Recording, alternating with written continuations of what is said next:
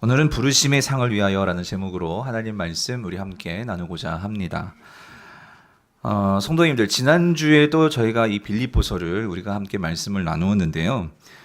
이 빌립보서는 인생의 이 마지막 황혼기를 보내고 있는 이 노사도, 이 사도 바울이 그 마지막에 사형 선고를 받고 로마의 그 차디찬 감옥에서 이제 그 죽을 날짜, 이 사형 날짜를 기다리면서 있는 가운데 이 한 줄 한 줄 자신이 섬겼던 이 빌립보 교회 성도들을 향해서 써내려간 편지입니다. 그래서 우리가 이것을 옥중서신이라고 말하기도 하죠. 참 상황적으로 보면 여러분, 이 바울의 이 평생의 그 삶은 예수 그리스도만을 위한 삶을 살았습니다. 그가 결혼도 하지도 않고 그의 모든 삶은 예수 그리스도께 바쳐서 그렇게 살았는데, 그런데 그의 마지막에 이 삶의 모습을 놓고 본다면, 상황적으로만 본다면 지금은 감옥이고 그는 사형수입니다. 아니 어떻게 예수 그리스도를 위해서 그렇게 살았는데 그의 마지막이 이렇게 절망스럽고 비참하고 또 이런 안타까운 상황에 놓일 수 있는가? 그런데 여러분, 우리가 세상적으로는 상황만을 바라보면 이렇게 말할 수 있는데, 오늘 정작 이 사도 바울은 정말 우리가 믿기 어려울 정도로, 놀라울 정도로 이런 상황에서 이런 절망적인 상황에 그가 사로잡히지 않고요. 또 그가 슬픔이나 한탄의 모습을 그가 보이지 않고요. 이 빌립보서 전체를 감싸고 있는 그의 이 하나의 이 마음을 표현하면 그것은 기쁨이라는 것입니다. 한 가지 예를 볼까요? 우리 빌립보서 4장 4절에 같이 한번 읽어볼게요. 시작. 주 안에서 항상 기뻐하라. 내가 다시 말하노니 기뻐하라예요. 지금 그의 안에 이 기쁨이 충만한데 그것이 그냥 그 안에서만 머무는 것이고 그것이 흘러나와서 지금 빌립보 교회 성도들에게도 뭐라고 말을 하고 있어요? 기뻐하라는 거예요. 그래서 이 기쁨이 어느 정도냐면 11절은 또 이렇게 말씀하십니다. 우리 같이 읽어볼게요. 내가 궁핍함으로 말하는 것이 아니니라. 어떠한 형편이든지 나는 뭐예요? 이 자족하기를 배웠노니 라고 말해요. 여러분, 이 자족이 뭐죠? 자족은 그러니까 상황에 상관없이 내가 기뻐하고 감사하는 거, 그것이 자족입니다. 그래서 여러분, 참 놀랍고도 이상하지 않습니까? 아니 어떻게 지금 내가 예수 그리스도를 위해서 그렇게 산 삶의 그 마지막이 이렇게 처참한 감옥이고 사형수고 이런 상황인데, 아니 어떻게 이런 상황에서 기쁨으로 그가 살아갈 수 있는 것일까? 아니 바울은 어떤 이유에서 그가 옥중의 이 상황인데도 사형 당할지도 모르는 그런 상황인데도 그런 상황에 대해서 슬퍼하거나 절망하지 않고 기뻐하면서 오히려 성도들에게 또 기뻐하라고 말할 수 있는 그가 가진 이 이유는 무엇일까? 이번 설을 보내면서 저는 이 생각으로 바울을 참 많이 묵상을 했습니다. 아니 어떻게 이것이 가능한 것일까? 자, 근데 여러분, 오늘 바울이 그 이유를 오늘 본문에서 우리에게 말해줍니다. 여러분 7절과 8절을 같이 한번 읽어볼게요. 시작. 그러나 무엇이든지 내게 유익하던 것을 내가 그리스도를 위하여 다 해로 여길 뿐더러 또한 모든 것을 해로 여김은 내 주 그리스도 예수를 아는 지식이 가장 고상하기 때문이라. 내가 그를 위하여 모든 것을 잃어버리고 배설물로 여김은 그리스도를 얻고입니다. 성도님들, 여기서 지금 사도 바울이 그 어떤 상황에 처하더라도 그 상황이 사로잡히지 않고 상황에 기뻐할 수 있는 그 근본적인 중요한 이유를 오늘 바울은 여기서 말을 해줍니다. 그 바울의 이유가 뭐냐면 7절이죠. 자기 자신에게 모든 것을, 유익하던 모든 것을 누구를 위해서요? 그리스도를 위해서요. 이 그리스도를 위해서라면 나 그 모든 것들을 다 뭐로 여길 수 있다고요? 해로 여길 수 있다라고 지금 이야기하고 있는 거예요. 오늘 우리가 읽은 본문은요, 사실 바울이 이 두 가지 비유를 써서 자신의 이 마음의 상태를 설명을 합니다. 그게 이 상업적인 비유하고 이 운동선수의 비유인데요. 먼저 7절과 8절은 이 상업적인 비유를 들고 있어요. 그래서 당시에 이 장사하는 분들이 많이 쓰는 상업 용어가 있는데, 이건 뭐 지금 우리도 많이 쓰는 거예요. 이 유익이라는 단어예요. 유익. 이게 케르도스라는 단어고, 그리고 여기서 해는요, 손해입니다. 손해. 이 소네라는 이 제미야라는 헬라어를 쓰는데, 그래서 바울은요 마치 지금 7절과 8절은 이런 상황이에요. 장사하시는 분들이 이제 회계장부를 쓰는데, 그래서 대차 대조표를 놓고 이 손해와 이 이익을 이렇게 매겨 보니까 대조해 봤는데, 바울은요 자신의 인생을 놓고 이 대차 대조표를 이렇게 써 봤는데 자신에게 있어서 분명한 이익이 뭐냐, 그 이익을 발견했다는 거예요. 그 이익이 뭘까요? 예수 그리스도라는 거예요. 예수 그리스도. 예, 예수 그리스도가 이익이라는 거예요. 그래서 이거를 아니까 7절에서 이렇게 얘기하죠. 전에는요 다른 이익들을 추구했다라는 거예요. 전에는 다른 이 세상적인 이익이 있죠. 뭐 예를 들면 이런 거죠. 뭐 돈, 외모, 학력, 높은 지위, 또 집안 배경, 신체적인 능력, 사회적인 특권, 뭐 계급. 사실 1절부터 7절까지인데 6절까지 보면 바울의 그러한 자기가 가지고 있었던 이전에는 세상에서 유익이라고 생각했었던, 이익이라고 생각했던 그런 항목들이 나와요. 자, 근데 자기가 예수 그리스도를 알고 얻고 나서 이것들을 이렇게 비교해 봤더니 뭐가 진짜 이익이냐, 대초 대접표를 가지고 한번 비교해 봤더니 오히려 내가 예수를 선택하고, 만약에 예수 그리스도를 선택하지 않고 이러한 세상의 것들을 선택한다면 그게 손해더라는 거예요. 자기 자신은 그것을 깨달았다는 거예요. 자, 근데 여러분, 그래서 지금 여기서 다 해로 여긴다라고 말을 하고 있는 거죠. 이전에 이익이었던 것들을. 근데 여기서 우리가 한 가지 오해해서는 안 되는 건 뭐냐면, 그렇다고 지금 사도 바울이, 그러니까 이전에 우리에게 유익이 되는 거, 그러니까 요즘 말로 여러분 우리가 세상을 살아가면 돈이 필요하죠.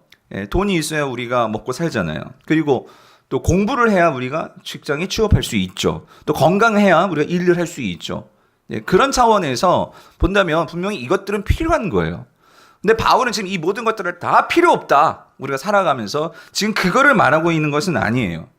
뭐냐면 이 모든 것을 해로 여긴다, 이 말은 뭐냐면 이러한 것들이, 세상적인 이익이라는 것들이 때로는 우리 인생을 놓고 볼 때에 자칫 잘못하면 우리가 잘못된 이익으로 이것을 추구하다 보면은 정말 소중한 예수 그리스도를 놓칠 수도 있더라는 거예요. 그래서 자신은 이것들이 손해임을 알기에 자신은 뭐를 이익으로 택하겠다? 예수 그리스도를 택하겠다, 그 말이에요.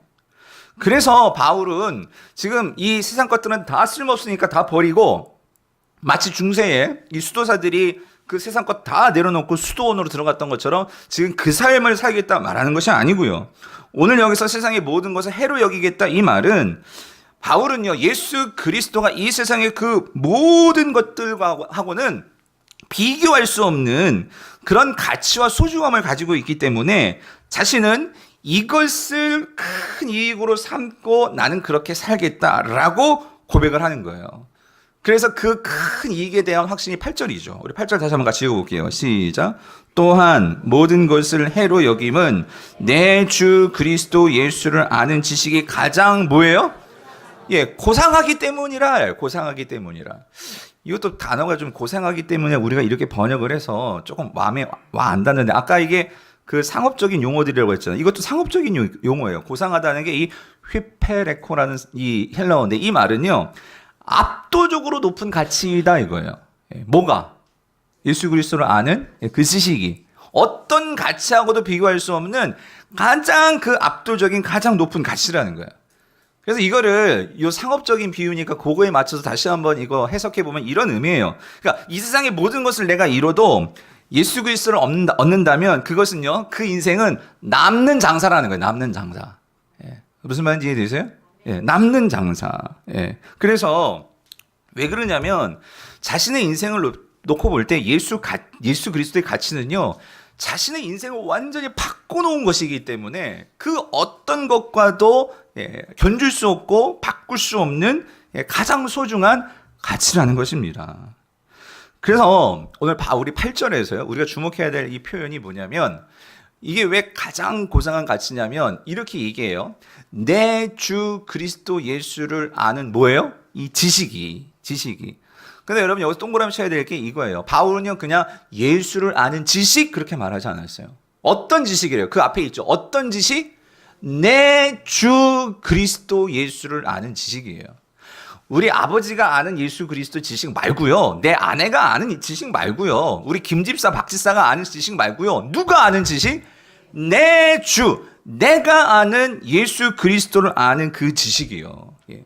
그것이 가장 고상하다는 거예요. 무슨 말이냐면 바울은요, 그의 삶에서 예수 그리스도를 그가 직접적으로 체험했고 직접적으로 만났고 그가 직접적으로 경험한 예수 그리스도의 관계가 있다는 거예요. 그것이 쌓여왔고 그것이 있는데 내 인생을 놓고 대차대조표를 놓고 볼 때에 이것이 그 어떤 것과도 바꿀 수 없는 가장 소중한 가치더라는 거예요. 그래서 여러분, 우리는 알고 있죠. 바울이 이 가장 내 주, 예? 나에게만 있는, 예. 그래서 영어에는 이걸 my라고 소유격을 써요. 나한테만 갖고 있는. 근데 그게 뭘까? 바울은 있죠. 뭐냐면 그가 지금 바울이 이 빌립보서 쓸 때 나이가 한 60세에서 64세 그 정도거든요. 이 나이는 지금은 우리 정정한 나이지만 그때는요, 진짜 죄송해요, 꼬부랑 할아버지 이제 죽을 날이 얼마 안 남은 그런 평균 수명이 그랬어요. 그랬는데 그런 이 할아버지가 그의 인생을 놓고 대차대조표를 놓고 볼 때, 이 자기가 이 30년 전에 자기가 30세 때에 있었던 사건이 있었죠. 뭐냐면 그때 누구를 만났어요? 예수 그리스도, 부활하신 예수 그리스도를 만났잖아요. 근데 만난 것이 참 이 드라마틱합니다. 그가 이 다메섹으로 가는 그 길에서, 근데 다메섹에 왜 갔죠? 그 다메섹에 사는 이 예수 그리스도 믿는 사람들을 뭐하러 잡아가지고, 그쵸? 이 바리새인들, 이 유대인들, 대제사장들 그들에게 넘겨가지고 박해하려고, 죽이려고. 왜 그러냐면 사도 바울은 바리새인 중에 바리새인이었잖아요. 그래서 예수 그리스도, 예수를 믿는, 그러니까 한마디로 하나님 앞에 이 불경한 일을 한다는 이 예수 그리스도를 믿는 자들을 잡으려고 가는 도중에 누구를 만났어요? 이 정오의 빛보다 더 밝은 그 예수 그리스도, 부활하신 예수 그리스도를 그가 만나게 된 거예요. 그런데 그 일을 계기로 어떻게 되었어요? 그러니까 지금까지 살아왔던 그의 모든 지식과 모든 경험과 모든 삶이 완전히 바뀌어버리게 된 거죠. 그래서 그가 생각하는 것, 그가 세상을 바라보는 관점, 그의 인생의 목표, 이 모든 것이 한순간에, 단 한순간에 그게 완전히 싹 바뀌어버린 거예요. 그러니까 그리고 나서 그가 지금까지 이제 감옥에 오기까지 이 30년을 그 예수 그리스도와 살면서 그가 경험한 것들을 놓고 생각해 볼 때 이거를 어떻게 이 세상의 돈과 이 세상의 명예와 이 세상의 그러한 세상 사람들이 소중히 여기는 그러한 이익들하고 어떻게 바꿀 수 있냐는 거예요. 그래서 나는 그것들을 계속 좀 띄워줘 보세요. 그것들을 다 배설물로 여길 줄 하나도 아깝지가 않다는 거예요. 그래서 여러분, 이러한 소중한 가치를 정말 발견한 사람들은요, 그의 삶이 어떨 것 같으세요? 그거를 보여주는 말씀이 빌립보서 1장 20절 21절이에요. 같이 한번 읽어볼게요. 시작.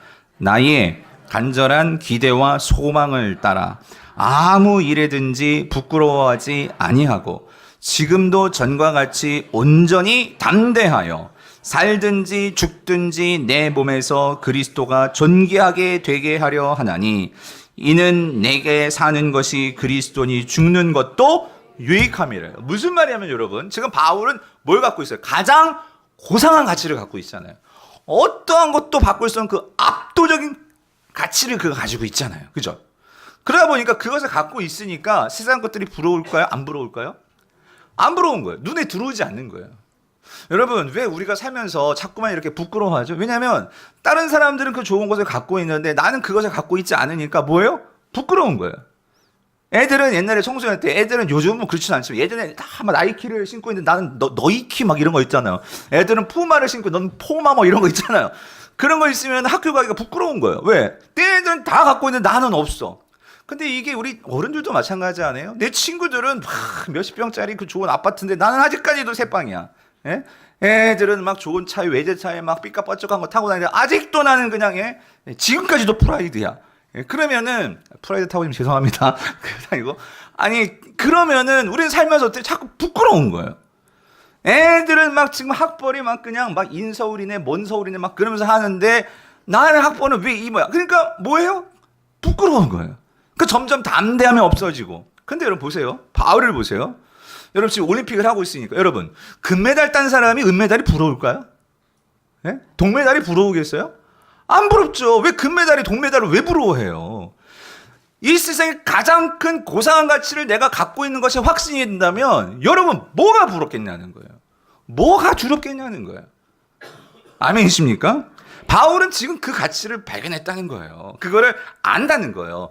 내 주 그리스도 예수가 가장 어떤 가치? 고상하다, 고상하다, 고상하다. 그래서 여러분, 바울은요, 이거를 깨달으니까 그의 삶이 바뀌는 거예요. 예전에는 어떻게든 그 세상의 것들 막 그걸 가지려고 아웅다웅 살았는데, 이제 완전히 바뀌어버렸어.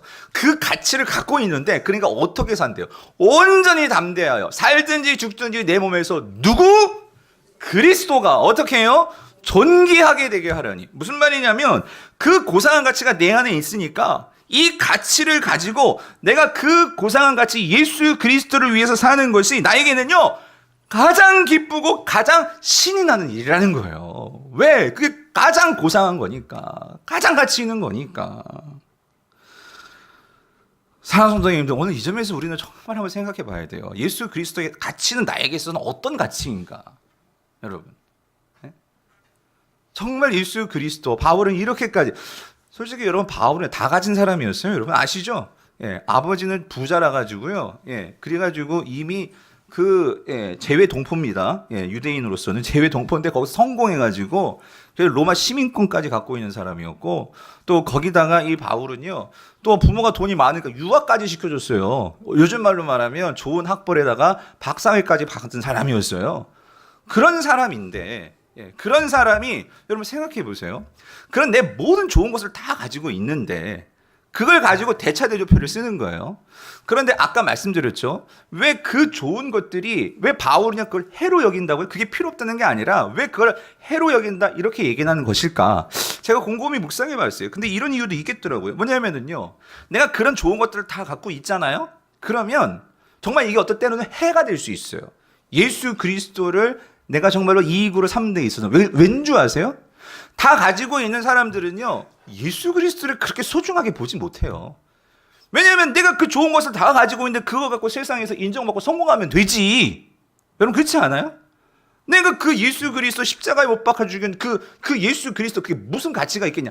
우리가 그렇게 생각하면, 자칫 잘못하면 정말 소중한 가치인 예수 그리스도를 뭐 할 수 있어? 놓쳐버릴 수 있기 때문에 바울은 그것을 놓고 생각할 때에, 그래서 그런 이전의 이익 정말 대조표 놓고 보니까 이것은 진짜 이익이 아니더라는 거예요. 그래서 자신은 과감하게 그건 배설물로 벌어버리고 나는 이거를 붙들겠다. 근데 여러분 참 여기서 가슴 아픈 게 저를 비롯해서 우리가 문제는 뭐냐면, 바울은 그 가치를 바라보니까 그걸 갖고 이렇게 담대하게 이렇게 부끄러움 없이 살아가는데 우리는 거꾸로예요. 우리는 주님 앞에 나오고 주님께서 주시는 이런 은혜들을, 바울보다도 어쩌면 우리는요, 이렇게 기록된 말씀도 있고 확신도 있고 그것을 맨날 가르쳐주는 이런 예배도 있고 한데도 우리는 그 예수 그리스도에 대한 이 분명한 이 가장 고상한 가치라는 생각을 갖지만은 우리는 거꾸로인 것 같아요. 우리는 자꾸 어떤 것이 더 큰 고상한 가치로 보여요? 자꾸 세상적인 거. 그러니까 예수는 있다 하지만 그 세상적인 것이 없으면 자꾸 우리는 어때요? 불안해지는 거야. 예? 그리고 우리는 어때져요? 자꾸 부끄러운 거예요. 저 집사는 교회를 다니면서 저렇게 가진 것도 많고 하니까 나는 가진 것도 없고 막, 그러니까 교회 와도 부끄러우니까 나서지도 못하고, 예, 항상 그러고. 옆집 애들은 참 이렇게 저 집사 애들은 참 잘도 되고 막, 그런데 우리 집은 왜 이 모양 이 꼴이 하니까 어때요? 항상 부끄럽고. 예. 여러분 우리가 신앙생활을 하면서도 우리는 이상하게 그 대표가 완전 거꾸로 되는 것 같아요. 여러분 그렇지 않아요? 저도 마찬가지예요. 여러분 저도 이 목사도요, 때로는 이렇게 목사님들 모인 데 가면은요, 우리의 가치를 어떻게 평가하죠? 예수 그리스도가 내 안에서 얼마나 큰 가치인가, 이거에 포커스가 아니고 저 목사님 몇 명 목회하는 목사님인가, 예? 뭐 100명 목회인가 1000명 목회인가, 이걸 보면서 그런 가치가 막 결정되는. 여러분 우리가 저는 이 설날 동안 이걸 보면서요, 오늘 바울에 대해서 이 대차대조표, 예, 혹시 저와 여러분의 대차대조표 중에 완전히 어떤 세상적인 대차대조표가 되어 있지는 않으냐고요. 그래서 여러분 보세요. 바울이 뭐라고 고백하냐면, 바울이 그 분명한 이익을 찾았어요. 그리고 나서 바울이 고백하는 바가 뭐냐면 9절입니다. 9절 같이 읽어볼게요. 시작. 그 안에서 발견되려 함이니 내가 가진 의는 율법에서 난 것이 아니요 오직 그리스도를 믿음으로 말미암은 것이니 곧 믿음으로 하나님께로부터 난 의라예요. 자, 예수 그리스도가 가장 큰 가치이고 가장 어떤 것과도 바꿀 수 없는 고상한 그 가치인 것을 바울은 확신했어요. 그러면서 바울이 간절히 바라는 것은 뭐냐? 그는 이렇게 얘기해요. 그 안에서 뭐 하는 거요? 발견되려 함이니에요. 자, 여러분 여기 그 안이 누구일까요? 예수 그리스도입니다. 그러면 예수 그리스도에서 발견되려 함, 뭐가 발견되는 걸까요? 뭐가? 예수 그리스도 안에서 뭐가 발견되는 거예요? 내 자신입니다. 내 자신이 그리스도 안에서 발견되는 거. 예. 자, 그렇다면 여러분 이게 무슨 의미일까요? 예. 그리스도 안에서 내가 발견되는 거. 바울은요 이거를 간절히 바란다는 거예요. 예. 이건 도대체 무슨 의미일까? 여러분 그리스도 안에서 내가 발견된다는 의미는요 이런 의미입니다. 그리스도 안에서 내가 발견된다는 것은 그러니까 그리스도와 나의 관계가 뗄래야 뗄 수 없는 그런 연합의 관계예요. 그래서 항상 내가 보여지고 항상 내가 있고 누구와의 관계에서? 예수 그리스도와의 관계에서요. 이게 왜 중요하냐면 예수 그리스도와 연합되어 있어서 내가 항상 그의 안에서 발견되어질 때 내게 주어지는 게 있어요. 뭐냐면 그것은요 율법에서 나는 것이 아니고 오직 예수 그리스도를 믿음으로 말미암아 내게 주어지는 뭐예요? 하나님께로부터 난 뭐가 내게 주어져? 의가 주어지기 때문에. 여러분 이게 왜 중요하냐면 바울에게 이게 너무 중요한 거예요. 왜 그러냐면 바울은요 그의 평생의 삶이요 하나님께 발견되는 걸 간절히 원하는 삶이었어요. 그래서 그는요 누구보다도 이 율법을 지키는데 목숨 걸고 지키기 위해서 애를 쓴 사람이었어요. 그래서 하나님 외에 이 예수 그리스도를 믿는다고 하면은 그는 아직 예수 그리스도가 하나님이신 걸 이해를 못했을 테니까 옛날에는 예수 믿는 사람을 다 잡아 죽이려고 한 거예요. 왜? 하나님에 대한 역적들이니까. 그러니까 그걸 위해서 바울은요 율법을 지키고 그렇게 애를 쓰고 그래서 하나님과 관계를 맺기 위해서 그렇게 애를 썼는데 예수 그리스도를 만나고 나니까요 완전히 바뀌어진 거예요. 그의 생각이. 왜? 하나님과의 의, 이건 하나님과의 관계거든요. 하나님과의 관계가 생기는 것은 내가 막 율법을 막 그냥 준수하고 막 열심히 자기 수양을 하고 막 절제를 하고 신앙적인 노력을 하고 막 하나님과 바른 관계를 맺으려고 막 애를 쓴다고 그게 만들어주는 것이 아니고 뭐예요? 내가 이 예수 그리스도와 관계가 없다면 이 모든 것이 다 헛것이라는 거예요. 헛것. 예. 내가 예수 그리스도와 관계가 없다면 더 직접적으로 아무리 내가 종교적인 행위를 많이 해도 그것은 나의 구원과 아무런 관계가 없다라는 거예요. 여러분 이거 아주 심각한 말씀입니다. 여러분 이걸요 예수님이 분명히 말씀하셨어요. 여러분 마태복음 7장 22절 23절 같이 읽어볼게요. 시작. 그날에 많은 사람이 나더러 이르되 주여 주여 우리가 주의 이름으로 선지자 노릇하며 주의 이름으로 귀신을 쫓아내며 주의 이름으로 많은 권능을 행하지 아니하였나이까 하리니 그때에 내가 그들에게 밝히 말하되 내가 너희를 도무지 알지 못하니 불법을 행하는 자들아 내게서 떠나가라 하니라요. 여러분 이거 한번 잘 생각해 보세요. 이게 얼마나 황당하고 얼마나 무서운 일이냐고. 무슨 말이냐면 내가요 여기 보세요. 선지자 노릇도 했고 귀신도 쫓아냈대요. 당연히 누구 이름으로 했어요. 여기 누구 이름으로? 주의 이름으로 그랬어요. 그러니까 무슨 말이냐면 주의 이름으로 내가 강단에 설교도 했고 주의 이름으로 내가 대표기도도 했고 주의 이름으로 내가 성가대도 했고 봉사도 했고 예배도 드렸고 헌금까지 드렸고 주일에 꼬박꼬박 예배를 드렸는데 나는 당연히 구원받고 천국에 갈 줄 알았어. 근데 그 마지막 날 주님 앞에 섰는데 주님이 하신다는 말이면 너 누구니? 너 누구니? 여러분 이거 좀 황당한 일 아니에요? 근데 이 말씀이 있어요. 예수님이 하신 말씀이잖아요. 만약에 여러분 정말 내가 내일 모레 죽어요. 정말 시한부 인생이든지 아무튼 내가 알지 못하다 우리 죽음이 언제 올지. 그런데 그렇게 죽었는데 나는 당연히 천국 갈 줄 알았는데 와보니 지옥이야. 심각한 거 아니에요 여러분? 바울은요 이게 처음에 관심사였어요. 내가 정말로 그 마지막에 하나님과 어떤 관계에 있을까. 그래서 그는요 그 율법을 지키려고 그렇게 애를 쓰면서 살았던 사람인데 그 다메섹에서 부활하신 예수 그리스도를 만나는 그 순간 이 모든 것이 싹 바뀐 거예요. 뭐냐면 내가 예수 그리스도, 내가 하나님께서 발견되는 삶은요 내가 이런 율법 준수와 이런 행위와 이 모든 것들이 결국 나의 관계를 만드는 것이 아니고 오늘 예수 그리스도 안에서 내가 발견되는 거 뭐예요? 예수 그리스도와 연합된 이 관계가 있느냐 없느냐, 이것이 나의 모든 삶의 구원의 결정이더라는 거예요. 그러면 여러분 오늘 아까 그 말씀이에요. 7장, 마태복음 7장 이 말씀이 여러분 잘 이해하셔야 돼요. 여러분 이 말씀 어떤 행위구원을 말하는 걸까요? 그러면요. 그러니까 예수를 위해서 내가 뭔가를 이렇게 행위하고 내가 주님 안에서 발견돼야 되니까 주님이 나를 발견할 수 있도록 뭔가를 막 이렇게 해서 그거 아니라고 말씀드렸죠. 바울은 그런 삶을 살았는데 그게 아닌 것을 발견했다고요. 그러면 여기서 이 발견된다는 그 의미가 뭐냐? 아까 분명히 말씀드렸죠, 여러분. 연합이라고 했잖아요. 즉 이거는요 주님과의 관계를 말하는 거예요. 관계. 아무리 내가 종교적인 행위를 하고 열심히 해도 여러분 그게요 주님과의 관계 없이 한 모든 행위는 다 헛것이 될 수 있다는 거예요. 그렇다고 해서 여러분 잘 기억하세요. 우리가 이거를 참 균형을 놓쳐버리니까 한국교회 성도님들이 많이 이게 좀 오해하는 게 있어요. 그러면 무조건 믿음을 많이 강조하다 보니까 행위는 아무것도 아니냐. 절대 그렇지 않죠. 오늘 여기서 중요한 것은 이겁니다. 내가 행위를 하더라도 이 행위가 과연 예수 그리스도의 관계에서 나머지는 행위냐, 아니면 이 행위가 아까 바울 봤죠? 어떤 내가 진짜 의도적으로 내가 예수 그리스도께 발견되게 하려고 내가 하려고 여러분 발견하는 것은 누가 발견하는 거예요? 하나님이 하시는 거예요. 아멘이십니까? 예. 그래서 바울이 말하는 건 이거예요. 내 인생을 놓고 보니까 나를 발견해 주시고 나를 찾아와 주시고 나를 붙들어 주시는 분 누구였어요? 주님이셨어요. 그걸 내가 경험하고 나니까 내 인생은 누구에게 붙들림 안 당하면 난 아무것도 아니야? 하나님께 붙들림 안 당하면 난 아무것도 아닌 거예요.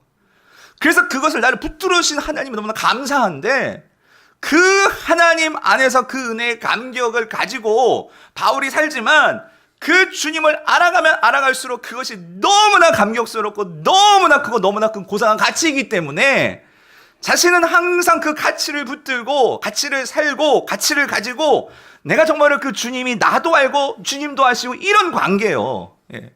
이런 관계에 이 바울이 살다 보니까 그것이 너무나 좋고 그래서 그 관계가 결국 내 모든 삶을 그쪽으로 주님을 향한 쪽으로 이끌어 가더라는 거지. 이게 오늘 본문에서 가장 중요한 달려간다라는 의미예요. 달려간다라는 의미.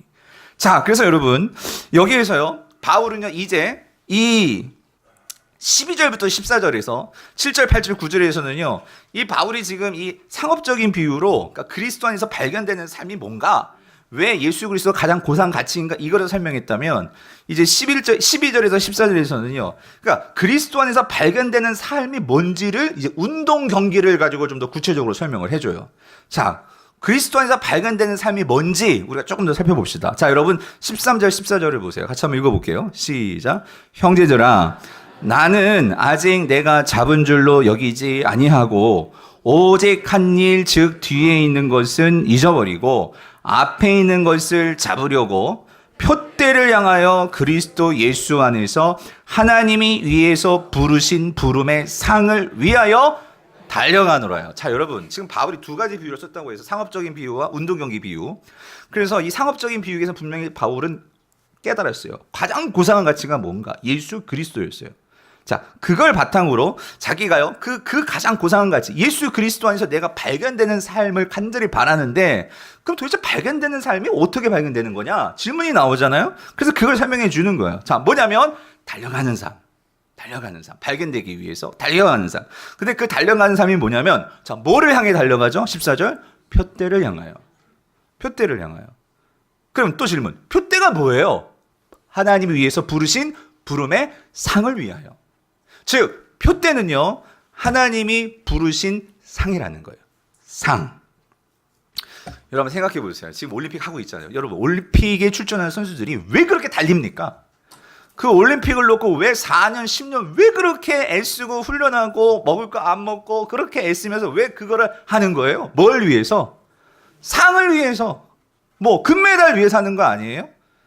마찬가지로 오늘 성도들에게 있어서 우리가 발견되려 함이니 무슨 말이냐면 오늘 우리가 발견되기 위해서 달려가는데 오늘 우리에게도 뭐가 있다는 거예요? 부르신 상이 있다는 거예요. 상. 그 상을 위해서 우리도 지금 어떻게 해요? 달려가는 삶을 살아야 한다는 거예요. 바울이 얘기하는 거예요. 자, 그렇다면 질문. 그럼 부르심의 상은 뭐냐는 거예요. 상. 이렇게 물어보면 대부분의 성도님들이 이 상하니까 우리가 뭘 생각하냐면 여러분 이 상이 뭘까요? 진짜 금메달을 생각하시는 것 같아. 그러니까 우리가 나중에 천국 가가지고 성경에 물론 상급이라는 어떤 그러한 개념이 분명히 있어요. 신학이 있어요. 근데 지금 바울이 빌립보서에서 말하는 그 상의 개념은 조금 달라요. 아니, 많이 달라요. 우리가 생각하는 거하고.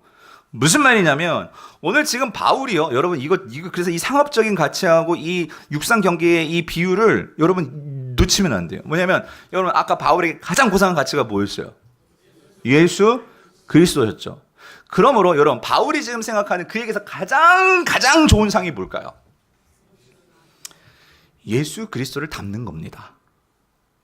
여러분, 이게 벌써 우리하고 생각이 다른 거예요. 우리는 부름에 상하면 뭔가 천국 가가지고 막 우리가 금모자 씌워주고 막 그냥 금간 씌워주고 막 그냥 막 이런 상. 그래서 누구 나와 해가지고 상 이거 생각하잖아요. 근데 여러분, 우리가 여기서 우리가 한번 다시 한번 생각해봐야 돼요. 뭐냐면 지금 바울이 말하는 이 하나님이 위에서 우리를 다 부르셨는데 그 부르심의 상이 뭐냐? 여러분, 상은 가장 좋은 거죠. 맞죠? 상은요, 가장 영광스러운 거죠. 자, 그렇다면 여러분, 이거예요. 성도에게 있어서 가장 영광스럽고 가장 아름다운 그 상이 뭐겠냐는 거예요. 아까 말씀드렸죠. 바울이 가장 고상한 가치 뭘 깨달았어요? 예수 그리스도예요. 그런데 내가 예수 그리스도를 닮았다. 여러분, 이해되세요? 내가 예수 그리스도와 똑같다. 여러분, 이거는 어떤 것과도 비교할 수 없는 상이라는 거예요. 아멘이십니까? 여러분, 여기서 다시 말씀드리죠. 부르신 부름의 상은요, 이거예요. 내가 예수 그리스도를 닮은 이 완전한 상태를 가리키는 게 부르심의 상이에요. 그래서 여러분, 오늘 바울은요, 이 부르심의 상을 분명히 말해줍니다. 여러분, 10절, 11절이요, 그게. 같이 한번 읽어볼게요. 시작. 내가 그리스도와 그 부활의 권능과 그 고난의 참여함을 알고자 하여 그의 죽으심을 본받아. 여기 본받는 단어가 나왔죠? 그의 죽으심을 본받아. 어떻게 해서든지 죽은 자 가운데서 어떻게 해요? 부활에 이르려 하노니에요. 자, 여러분, 이게 지금 바울이 달려가는 표대고 그가 이루고자 하는 부르심의 상이라는 거예요. 그런데 여기서 이 부르심의 상이 결국은 뭐냐? 어디에 이르는 거? 부활에 이르는 거예요. 이 부활은 언제 이르는 것일까요? 성도님들, 예수 그리스도께서 재림하실 때입니다. 예수 그리스도께서 마지막에 재림하실 때 성도들은 어떻게 되죠? 오늘 우리가요, 그 재림하시는 날 예수 그리스도와 같은 이 영광스러운 모습으로 우리가 옷 입게 된다는 거예요. 아멘이십니까? 바울은 그게 가장 큰 상이라는 거예요. 자기는 그걸 바라보면서 지금까지도 살아왔고, 그거를 바라보면서 지금도 살고 있다라는 거예요. 그 마지막에 내게 주어질, 그래서 여러분, 오늘 본문에서 가장 중요한 핵심은 여러분 어떤 면류관 이런 거 생각하시면 안 되고요.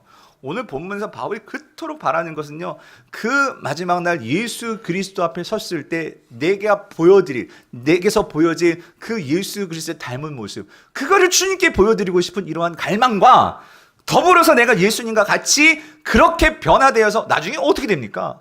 우리가 그 하나님을 직접 눈으로 보고 그 예수 그리스도와 함께 지내는, 동고동락하는 이 날이 우리에게 주어지잖아요. 아멘? 바울은 이게 그 어떤 것보다도 강한 가장 큰 상으로 그는 믿고 그걸 바라봤다라는 거예요. 자, 근데 중요한 게 있어요. 근데 부활에 이르려고 하는데, 그러면 이건 단지 미래적인 일이니까 오늘 현재하고는 아무런 상관이 없냐? 그렇지 않다는 거예요. 바울이 그거를 바라볼 때에 나타나는 현재적인 변화들이 있어요. 뭐냐면, 다시 띄워주세요. 계속 띄워놓으세요. 이렇게 얘기하죠. 내가 그리스도와 그 부활의 뭐요? 권능과, 그리고 여기 중요한 거, 그 고난에 뭐를 알고자 하여? 고난에 참여하고자 하여예요. 전 여기서 정말 두 손 두 돌 다 들었어요. 뭐냐면요, 여러분, 여기서 말하는 그리스도의 부활의 권능이라는 것은 예수 그리스도는 이 땅에 오셔서 그 부활을 우리에게 보여주셨죠. 죽음에서 다시 살아나셨죠. 3일 만에. 그렇죠? 그건 권능입니다. 그런데 여기 바울이 이렇게 얘기해요. 그 권능과 그 뭐예요? 고난에 뭐예요? 참여함을 알고자 하여. 여러분, 우리는요, 보통 고난에 대해서 어떻게, 여러분 고난에 참여하기를 원하십니까? 우리는 기도할 때, 하나님, 내가 그 고난에 참여하게 해주세요. 이렇게 기도하죠. 우리는 그 고난을 피하게 해주세요. 고난이 우리에게서 지나가게 해주세요. 우리에게 이렇게 기도를 하지, 우리가 고난에 참여하여서 그걸 알고자 합니다. 이렇게 기도합니까? 아니잖아요. 근데 바울은 뭐라고 기도하냐면, 고난에 참여해서 알고자 하여. 이게 무슨 말이냐는 거예요. 여러분, 여기서 이 알고자 하여 앞에 있는 이 참여함이라는 단어 있잖아요. 이게 참 중요해요. 빌립보서에서. 이게 헬라어로 코이노니아거든요. 코이노니아 많이 들어보셨죠? 여러분, 오늘 예수 그리스도가 결국 여러분 이겁니다. 예수 그리스도도 그 고난에 참여하셨던 분이세요. 예수 그리스도는 고난을 피하신 분이 아니라 고난에 참여하신 분이에요. 그 고난이 뭐죠? 십자가의 고난입니다. 여러분 생각해 보세요. 여러분 예수님이요. 만약에 요즘에 만약에 우리 사춘기 애들 같으면은요. 아니 그 내 죄도 아니고 내 십자가도 아닌데 그 내가 왜 져요? 그러면은 만약에 뛰쳐나가 버리면은 피하면은요. 고난에 참여 안 해도 돼요. 근데 예수 그리스도는 우리를 위해 저와 여러분들을 위해서 그 고난에 직접 뭐 하셨어요? 결단하시며 의지적으로 거기에 뭐 하셨죠? 참여하셨단 말이에요. 참여하셨단 말이에요. 그렇죠? 이 코이노니아. 왜 그러냐면 오늘 그 고난에 참여하실 때에 오늘 저와 여러분들에게 주어지는 게 뭐냐? 여러분 이 코이노니아는요. 이런 결과가 주어져요. 코이노니아 뜻이 뭐예요? 이게 교제, 이게 친교 이런 뜻이잖아요. 그걸 통해서 이루어지는 게 뭐예요? 화합입니다. 예수 그리스도가 고난에 참여하셨기 때문에 오늘 우리에게 주어지는 게 뭐냐면 오늘 우리도 하나님과 뭐가 이루어져요? 코이노니아가 이루어질 수 있는 거예요. 우리가 하나님께 참여할 수 있는 길이 열렸단 말이에요. 아멘이십니까? 여러분, 우리가 하나님께 참여할 뿐만 아니라 여러분 하는 예수님은요. 그 고난의 참여함을 통해서 이 코이노니아를 통해서 우리에게 또 뭘 주시냐면 오늘 이 세상에서 우리 이웃과 이웃과의 관계에서 이 코이노니아를 주님께서 주시고자 하는 거예요. 이게 이웃사랑이죠. 그래서 여러분 잘 보세요. 많은 가족도 보시면은요. 이 가족 관계에서도 이 코이노니아가 없는 집들이 참 많아요. 그렇지 않아요? 이번 명절을 지내면서 여러분 어떠셨어요? 가족 간의 이 친교와 교제와 화합이 있어야 되는데 이게 다 깨진 가정들 얼마나 많습니까? 여러분 세상에는요. 이 코이노니아가 없어요. 이 코이노니아, 교제와 화합이요. 세상은요. 다 어떤 이익과 목적을 위해서 그것을 하는 것이지 정말 고난에 참여해서 의도적으로 그것을 이루는 그러한 세상의 모임들 많지 않습니다. 거의 없습니다. 아니 없습니다. 그런데 여러분 중요한 건 이거예요. 오늘 바울이 뭐라고 얘기하냐면 지금 여러분 생각해 보세요. 바울도 지금 감옥에 있어요. 인간적으로. 이게 얼마나 큰 힘든 일입니까? 그런데 바울이 뭐라고 얘기하냐면 오늘 예수 그리스도의 그 죽으심과 부활을 바라보면서 그는요. 자신이 당해 있는 이 고난을 지금 재해석을 하는 거예요. 뭐냐면 이 고난을 내가 그냥 피하는 게 아니라 나도 그 고난에 뭐 하겠다고? 참여하겠다고. 그 참여함을 알아서 그 참여함을 통해서 내가 아는 것이 있어요. 뭐냐면 그렇게 참여할 때 내가 누구를 바라보게 되죠? 예수 그리스도를 바라보게 된다는 거예요. 그리고 그 고난 속에서 그 예수 그리스도를 바라볼 때 나는 그 예수 그리스도와 뭐가 일어나요? 코이노니아가 일어나요. 교제가 일어나는 거예요. 화합이 일어나는 거예요. 그러면서 오늘 내가 그 예수 그리스도를 통해서 고난을 어떻게 해요? 이기게 되고 통과하게 되고 넘어설 수 있게 된다는 거예요. 아멘이십니까? 예? 이게 바울이 말하는 이 참여함이라는 거예요. 참여함. 그래서 여러분 교회는요 이 코이노니아가 있어야 한다는 거예요. 여러분 요즘 한국 교회 많은 성도들의 문제가 이 코이노니아를 자꾸 피한다는 거예요. 이번에 명절에도 우리 이승일 목사가 항상 명절 때만 인사하러 와요. 참 고맙죠. 그 교회가 지금 한 3,800명 모이는 교회거든요. 근데 그런 얘기를 해요. 무슨 얘기를 하냐면 얘기를 하다 그런 얘기가 나왔어요. 그렇게 모이는데 거기 담임 목사님도 제가 알거든요. 담임 목사님 고민이 있다는 거예요. 자기 목사님. 그 고민이 뭐냐면 성도들은 늘어났는데 예전에 개척교회 할 때보다 성도들의 이 코이노니아 우리 교회 말로 순모임에 참여하는 비율이 3,800명 중에 몇 퍼센트 될 것 같으세요? 20%밖에 안 되는 거예요. 20%. 30%. 나머지는 그냥 와서 예배만 드리고 다 뿔뿔이 없어지는 거예요. 흩어지는 거예요. 여러분 우리가 정말로 예수 그리스도를 믿고 따른다고 할 때 그리고 여러분 그거 아세요? 왜 우리가 신앙생활을 하지만 나는 왜 이렇게 예수의 가치가 보이지 않고 나는 변화가 일어나지 않는 걸까? 여러분 분명한 것은 우리가 성경대로 따라가지 않기 때문이에요. 교회는요 코이노니아가 있어야 돼요. 하나님이 그 코이노니아를 너무나 중요하게 여기신다는 거예요. 그 공동체 안에서 서로 부대낌도 있어요. 서로 거기서 상처도 있고 어려움도 있어요. 하지만 그 코이노니아에서 우리가 정말로 배우는 게 뭘까요? 그 다음에 나오는 그의 죽으심을 본받아. 여러분 이게 무슨 말이냐면 이거 정말 어마어마한 거죠. 바울은요 정말 그 고난에 참여할 뿐만 아니라 이제는 죽으심까지 본받겠다는 거예요. 근데 여기서 목사님 난 거기까지인데 이건 안 될 것 같아요. 난 죽는다고요? 큰일 났네. 예수 안 믿을래. 이런 분도 있을 거예요. 근데 여러분 이게요. 지금 바울은요 정말 사형을 받았어요. 사형 선고를. 그렇죠? 그런데 여러분 저와 여러분 사형 선고 받았어요? 안 받았어요? 우리는 안 받았어요 아직. 그렇죠? 그러면 또 우리는 그 말씀, 그의 죽으심을 본보다 이건 우리하고 저는 상관없는 말인가? 그렇지 않다는 거죠. 예수님께서 이렇게 말씀하셨어요. 누구든지 나를 따르려면은 자기를 뭐하고? 부인하고 뭘 지고? 자기 십자가를 지고. 여러분, 십자가를 진다는 의미가 뭐예요? 이게 죽는다는 의미예요. 뭘 죽는 거죠? 내 자아가 죽는 거예요. 여러분, 오늘 우리가요, 이 공동체 안에서 내 자아를 죽이는 거, 여러분 얼마나 죽여보셨어요? 네? 이게 없고서는 우리가 제대로 예수 그리스도를 따르는 것이 아니라는 거죠. 내 자아를 죽이는 거, 내 성깔을 죽이고, 내 생각을 죽이고, 내가 정말 너를 위해서 나를 죽이는 거. 이것이 어디서 이루어질까요? 공동체 안에서 이루어지는 거예요. 코이노니아 안에서 이루어지는 거예요. 그게, 여러분, 그래서 잘 보세요. 예수님께서 제자들을 부르실 때 너희들은 나를 믿으라 부르셨나요? 아니요. 뭐라고 부르셨어요? 나를 따르라 라고 부르셨어요. 나를 따르라. 예. 오늘 이 말씀은 이게 바로 예수를 따르는 삶의 모습이라는 거예요. 이걸 오늘 바오식 표현은 이게 달려가는 거예요. 달려가는 거. 그 표대를 향해서 달려가는 거. 여러분, 그 표대가 뭡니까? 예수 그리스도요. 부르심의 그 상이 뭡니까? 예수 그리스도요. 그 예수 그리스도를 따르기 위해서 달려가는 거. 여러분, 그게 우리 상이라는 거예요. 여러분, 도대체 어떤 상을 바라세요? 오늘 저와 여러분 삶에서 무슨 상을 바라세요? 여러분, 예수 그리스도를 따라가는 거, 여러분, 그게 가장 영광스러운 상이신 것을 여러분 믿으시기를 바랍니다. 그래서 여러분, 바울이 이게 그가 말하는 상이에요. 근데 여러분, 이게요, 저도 그렇고 여러분도 그렇고 이게 그냥 되는 일일까요? 이게 우리가 정말 이렇게 마음 먹는다 이게 되는 일일까요? 아니죠. 안 돼요. 그래서 바울이 이걸 상을 위해서 그가 구하는 게 있어요. 하나님께. 그게 뭐냐면 12절이에요. 12절. 오늘 보면 12절 같이 읽어볼게요. 시작. 내가 이미 얻었다함도 아니요 온전히 이루었다함도 아니라 오직 내가 그리스도 예수께 잡힌 바 된 그것을 잡으려고 나는 뭐예요? 달려가노라예요. 자, 여러분, 이겁니다. 오늘 우리가 어떻게 해야지 이러한 예수 그리스도 부르심의 상을 정말로 쫓아갈 수 있게 되는 것일까? 이게 그냥 내 입만으로 되는 게 아니에요. 뭐가 있어야 되는데요? 예수 그리스도께 뭐예요? 잡힌 바 된 그것이 있어야 내가 달려갈 수 있다라는 거예요. 질문. 근데 여러분 잘 보세요. 여기서 예수 그리스도께 잡힌 바 된 그것이 뭘까요? 자, 근데 여러분 여기서 바울이 이렇게 얘기하지 않았어요. 내가 예수 그리스도를 잡으려고 달려간대요? 잘 보세요.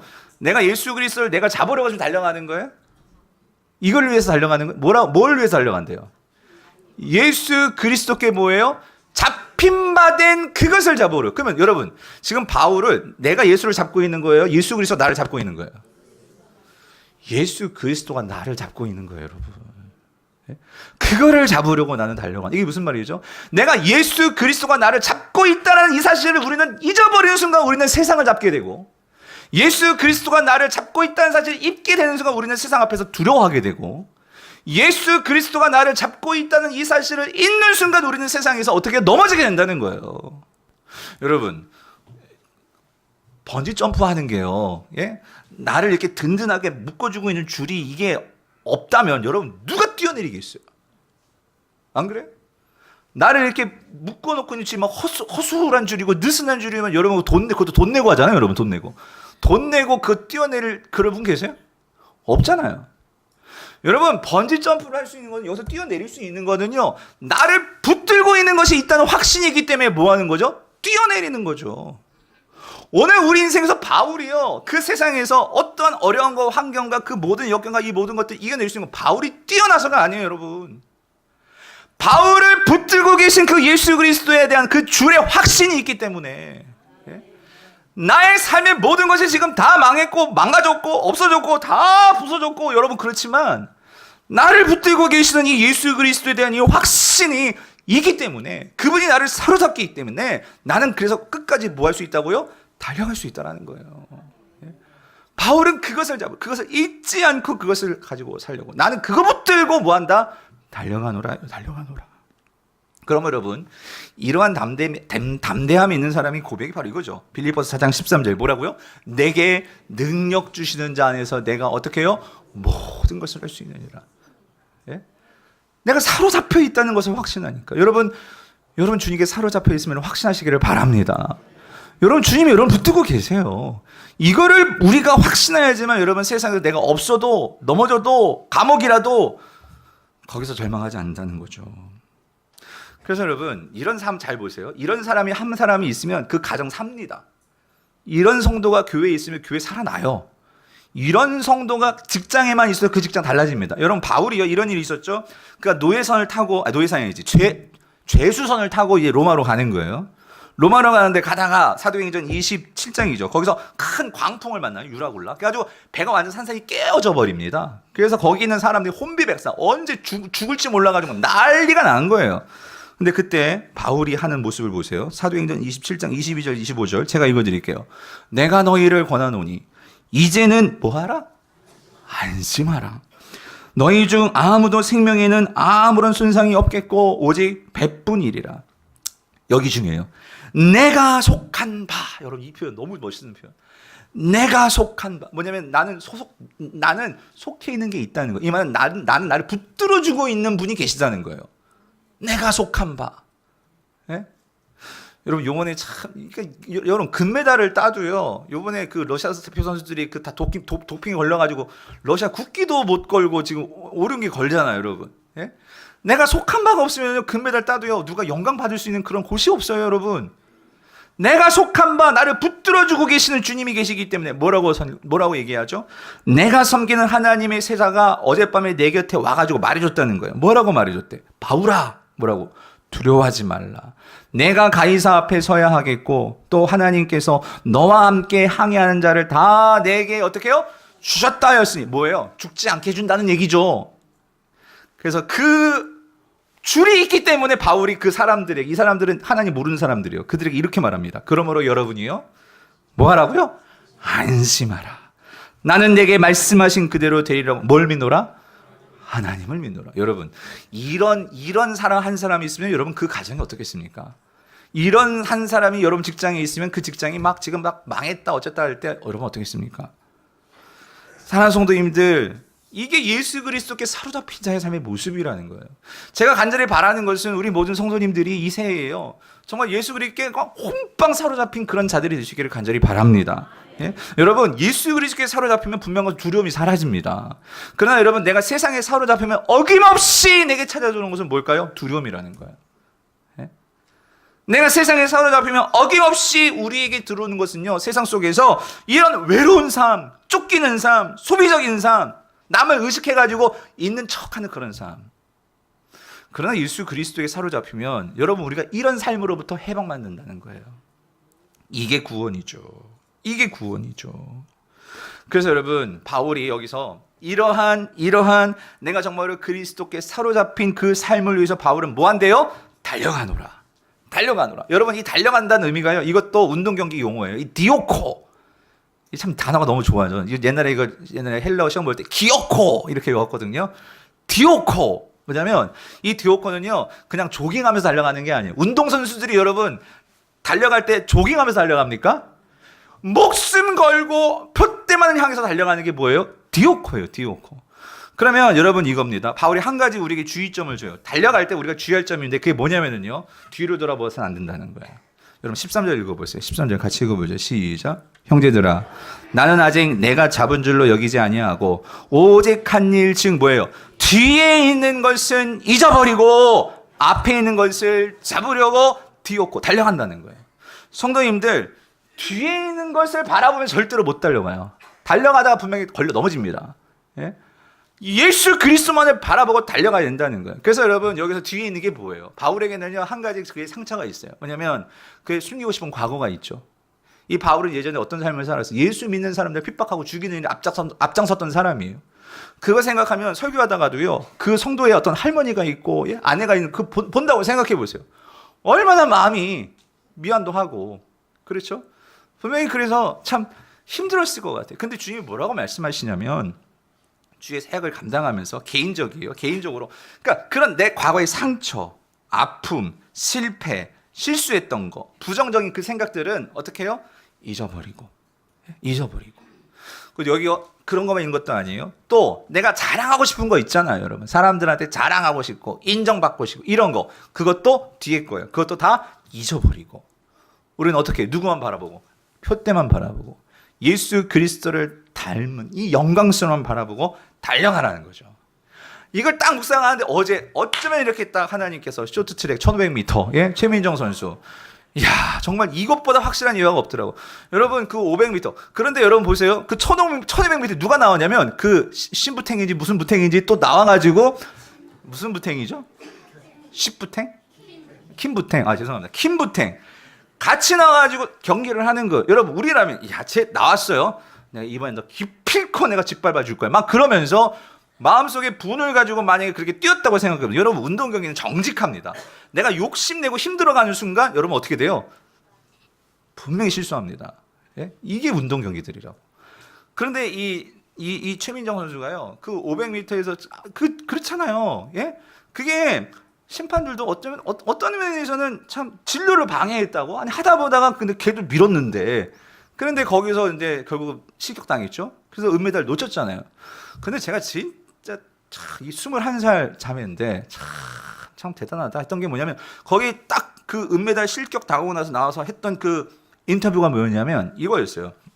손 짚고 나가서 이제 진로 방해가 되면 손을 안 짚고 나아갈 수 있게 해야겠죠. 그거를 자신에게 있어서 어떤 그런 교훈으로 삼아가지고 예? 다음번에 내가 그렇게 하지 않으면 되겠죠. 그러면서 그 다음 말 앞으로가 젊은 사람인 것 같아. 앞으로가 더 꿀잼이지 않을까요? 이렇게 한 거야. 앞으로 그러니까 더 재미있지 않을까요? 이렇게 얘기를 한 거예요. 자기가 은메달을 놓치고 나서도 만약에 그 은메달 놓쳤어, 그거 내 거였는데 막 그러면서 만약에 그랬다면 근데 이 자매는 뭐예요? 이제 지나간 일은 지나간 일이니까 앞으로 남은 1500m 원래 1500m 세계 1위잖아요. 나에게 진짜 남아있는 이거 바라보면서 이거에 집중하겠다. 그랬더니 아니나 다를까 어제 여러분 어때요? 너무 멋있게 그죠? 사랑하는 성도님들 오늘 우리의 삶이 이렇다는 거예요. 자꾸 옆에 있는 거 비교하고 과거에 얽매이고 그러면 우리가 나가지를 못해요 여러분. 예? 과거에 있었던 어떤 상처받았던 거 과거에 있었던 어떤 그런 힘든 것들 내려놓고 이제는 오직 한 일 뒤에 것은 다 잊어버리고 예? 오직 그 예수 그리스도를 담는 이 부르심의 상을 위해서 우리가 어떻게 해요? 그걸 잡으려고 뭐 한다고요? 달려가노라. 이 달려간다는 것은 여러분 뭐예요? 현지적인 삶을 사는 거예요.